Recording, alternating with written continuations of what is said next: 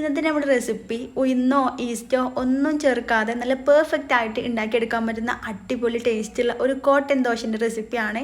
അപ്പോൾ ഇതെങ്ങനെ ഉണ്ടാക്കിയെടുക്കാൻ നോക്കാം. അതിന് മുന്നായിട്ട് ഈ ചാനൽ ആദ്യം നിങ്ങൾ കാണുന്നുണ്ടെങ്കിൽ നിങ്ങൾക്ക് ഇഷ്ടമായെന്നുണ്ടെങ്കിൽ പ്ലീസ് ഒന്ന് സബ്സ്ക്രൈബ് ചെയ്ത് സപ്പോർട്ട് ചെയ്യണേ. അപ്പോൾ ആദ്യം തന്നെ ഇതുണ്ടാക്കിയെടുക്കാനായിട്ട് ഒരു ബൗൾ എടുത്തിട്ടുണ്ട്. ഇതിലേക്ക് 250 ml കപ്പിൽ 2 കപ്പ് പച്ചരി ചേർത്ത് കൊടുക്കാം.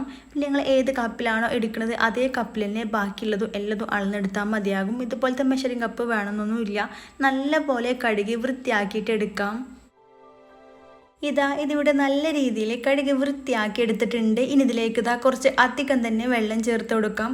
ഇതുപോലെ അരിൻ്റെ മുകളിലേക്കായിട്ട് മൂടി നിൽക്കണ വരെ വെള്ളം ചേർത്ത് കൊടുക്കാം. എന്നിട്ട് ഇതൊരു 3-4 മണിക്കൂർ ഒന്ന് കുതിർത്തിയെടുക്കാം. ഒരു 4 മണിക്കൂർ കുതിരാനായിട്ട് മാറ്റി വെക്കാം. ഇപ്പോൾ ഒരു 4 മണിക്കൂർ കഴിഞ്ഞിട്ടുണ്ട്. അരിക്ക് നല്ല രീതിയിൽ കുതിർന്ന് വന്നിട്ടുണ്ട്. ഈ ഒരു രീതിയിൽ നന്നായിട്ട് കുതിർത്തിയെടുത്താൽ പിന്നെ ഇതിൻ്റെ വെള്ളമൊക്കെ ഒന്ന് മാറ്റിയെടുക്കാം. മൊത്തത്തിൽ വെള്ളം കളഞ്ഞെടുത്തതിന് ശേഷം ഇതൊരു മിക്സിൻ്റെ ജാറിലേക്ക് ഫുള്ളായിട്ട് അങ്ങ് ചേർത്ത് കൊടുക്കാം.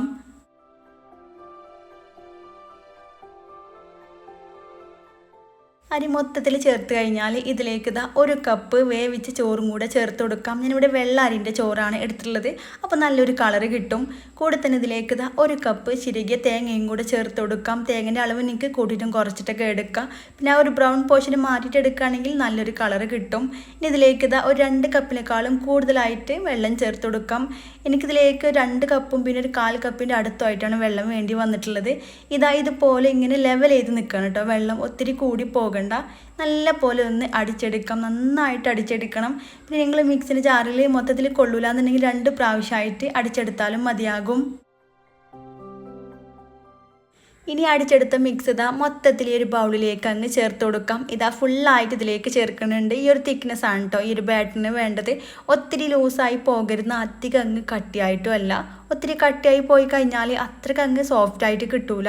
അപ്പോൾ അധികം കട്ടിയായി എന്നുണ്ടെങ്കിൽ കുറച്ച് വെള്ളം ചേർത്തിട്ട് മിക്സാക്കി എടുത്താലും മതിയാകും.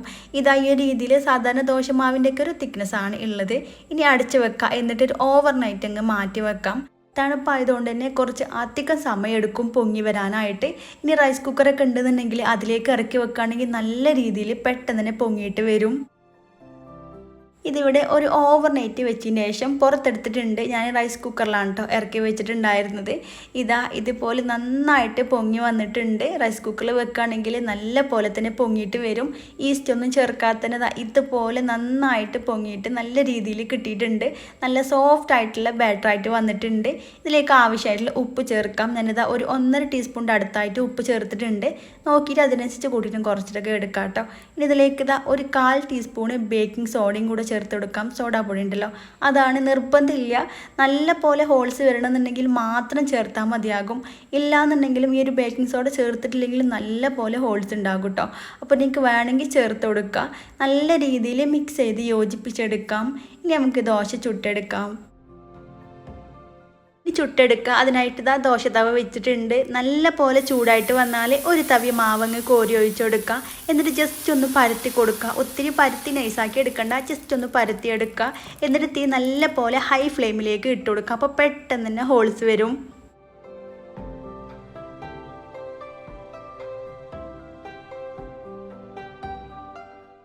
ഇതുപോലെ നല്ല രീതിയിൽ ബബിൾസൊക്കെ വന്നു കഴിഞ്ഞാൽ തീ ഏറ്റവും ലോ ഫ്ലെയിമിലേക്ക് ആക്കി കൊടുക്കുക. എന്നിട്ട് അടച്ച് വെച്ചിട്ട് 1-2 സെക്കൻഡ് ഒന്ന് വേവിച്ചെടുക്കുക. പെട്ടെന്ന് തന്നെ വെന്തിട്ട് വരും. അധികം സമയം ഇട്ടിട്ട് വേവിച്ചെടുക്കേണ്ട ആവശ്യമൊന്നുമില്ല. ഫസ്റ്റിൽ ചുട്ടെടുത്ത ദോശ അവിടെ റെഡി ആയിട്ടുണ്ട്.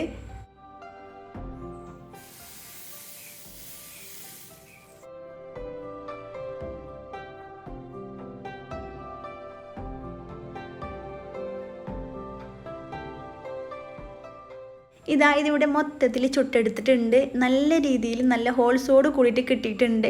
നല്ല സോഫ്റ്റുമാണ്, അടിപൊളി ടേസ്റ്റുമാണ്.